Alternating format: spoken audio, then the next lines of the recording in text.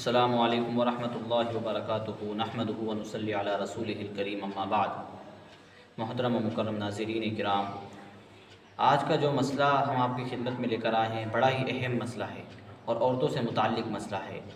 کہ عورتوں کو جو ہر مہینے خون آتا ہے، جو حیض آتا ہے، جو ناپاکی آتی ہے، جو ماہواری کے دن ہوتے ہیں، یہ اللہ رب العزت کا ایک نظام ہے اور یہ ہر مہینے آتا ہے۔ اور ہر مہینے آنا یہ عورت کی تندرستی ہونے کی علامت ہے، اس کے صحت یاب ہونے کی علامت ہے۔ اگر خون نہ آئے، رک جائے تو عورت ٹینشن میں آ جاتی ہے، زیادہ آئے تو ٹینشن میں آ جاتی ہے۔ ہر مہینے جو آتا ہے خون، اسے حیض کا خون کہتے ہیں، اور ایک خون جو عورت کو ولادت ہونے کے بعد آتا ہے، بچے ہونے کے بعد آتا ہے، اسے نفاس کا خون کہتے ہیں کہ ولادت ہوئی، اس کے کچھ دنوں تک خون آیا، وہ نفاس کا خون ہوتا ہے۔ آج انشاءاللہ اسی مسئلے پر گفتگو کریں گے۔ یہ تو ہم سب کو معلوم ہے کہ عورت کو ہر مہینے خون آتا ہے اور ولادت ہونے کے بعد خون آتا ہے، لیکن اس میں کچھ باتیں مجھے آپ کے سامنے عرض کرنا ہے۔ وہ یہ ہے، اور چونکہ یہ پرائیویٹ چیزیں ہیں، ایک شرم والی بات ہے، تو بعض دفعہ عورتیں اپنے شوہروں سے کہنے میں شرماتی ہیں اور شوہر علماء کرام سے پوچھنے میں شرماتے ہیں، مفتیان کرام سے پوچھنے میں شرماتے ہیں، چونکہ ایک پرائیویٹ بات ہے،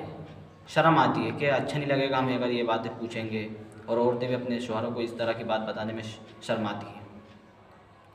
لیکن اللہ رب العزت نے قرآن مجید کے اندر فرمایا ان اللہ لا یستحی من الحق، حق بات کو پوچھنے میں شرم مت کرو، یعنی حق بات بتانے میں اللہ بھی نہیں شرماتا، جو بات ہے وہ پوچھنا چاہیے۔ تو مجھے جو عرض کرنا وہ یہ ہے کہ ہمارے معاشرے میں ایک غلط فہمی کا رواج چل رہا ہے، یہ چلتا ہے کہ عورتیں یہ سمجھتی ہیں کہ ہمیں جو خون آ رہا ہے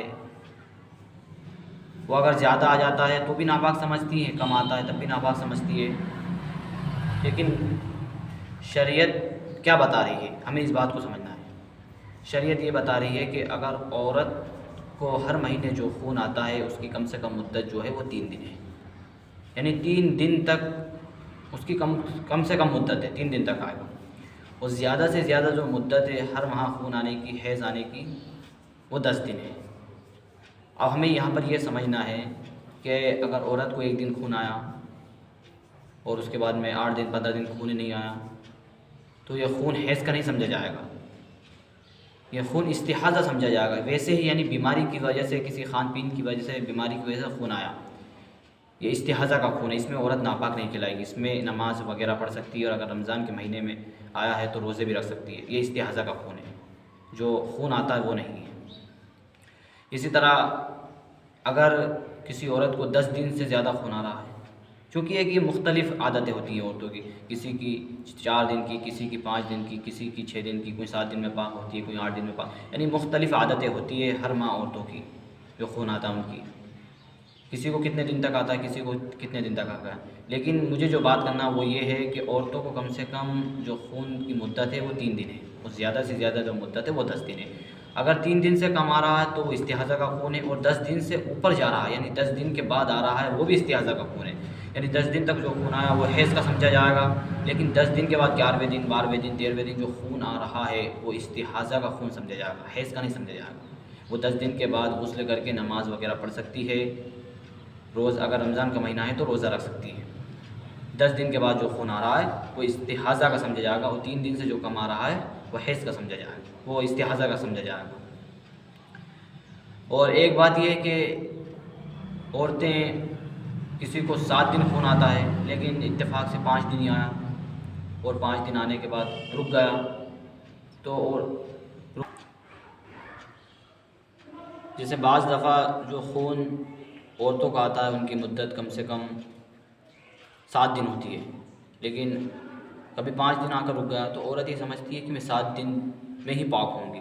حالانکہ اسے یہ یقین ہے کہ 5 دن خون آ گیا بند ہو گیا، اب 6 دن ہو گئے، 7 دن، 6واں دن ہے، 7واں دن ہے، خون نہیں آیا، اسے معلوم ہے یقینی طور پر کہ خون نہیں آئے گا، لیکن وہ کیا سمجھتی ہے کہ میں 7 دن ہی بعد پاک ہوں گی،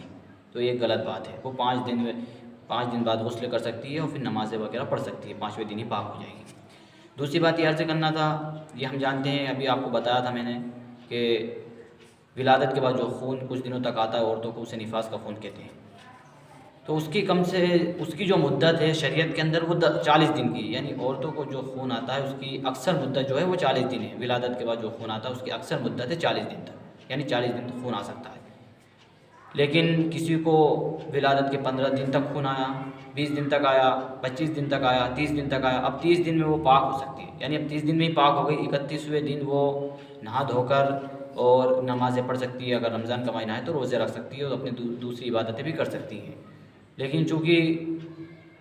عورتیں کیا سمجھتی ہیں کہ ہمیں تو 40 دن کے بعد ہی پاک ہونا ہے،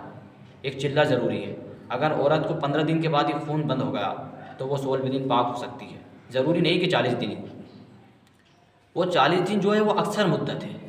یعنی کسی عورت کو 40 دن آیا، 40 دن کے بعد 41ویں دن بھی آیا، 42ویں دن بھی آیا، 43ویں دن بھی آیا، لیکن شریعت نے یہ کہا کہ یہاں پر 40 دن مانا جائے گا۔ اب عورت کو 40 دن کے بعد جو خون آئے گا وہ استحاضہ کا خون آئے گا، ابھی آپ کو میں نے بتایا استحاضہ کا خون آئے گا، یعنی 40 دن کے بعد وہ اپنی نمازیں پڑھ سکتی ہیں، پاک صاف ہو سکتی ہے 40 دن کے بعد جو خون آئے گا۔ لیکن اگر کوئی 40 دن سے پہلے ہی پاک ہو رہی ہے تو 40 دن کے بعد 40 دن سے پہلے ہی پاک ہو رہی ہے تو غسل کر لیں اور غسل کرنے کے بعد عبادتیں کریں، ضروری نہیں کہ وہ 40 دن ہی اس کو مانیں۔ یہ کچھ باتیں تھیں جو آپ کے سامنے پیش کرنا تھا، چونکہ مدرسوں کے اندر بھی بہت سے طلبہ، بہت سے طالبات پڑھتی ہیں تب بھی ان باتوں کو سمجھ میں نہیں آتا، چونکہ یہ بات ہی ایسی بڑی باریک ہوتی ہے، بڑے باریک مسئلے ہوتے ہیں اس کے جو سمجھ نہیں پاتی، اس لیے شریعت کے ہر مسئلے کو سمجھنے کی کوشش کرے اور اس پر عمل کرنے کی توفیق اللہ رب العزت اس پر عمل کرنے کی توفیق پر۔ وآخر دعوانا ان الحمد للہ رب العالمین۔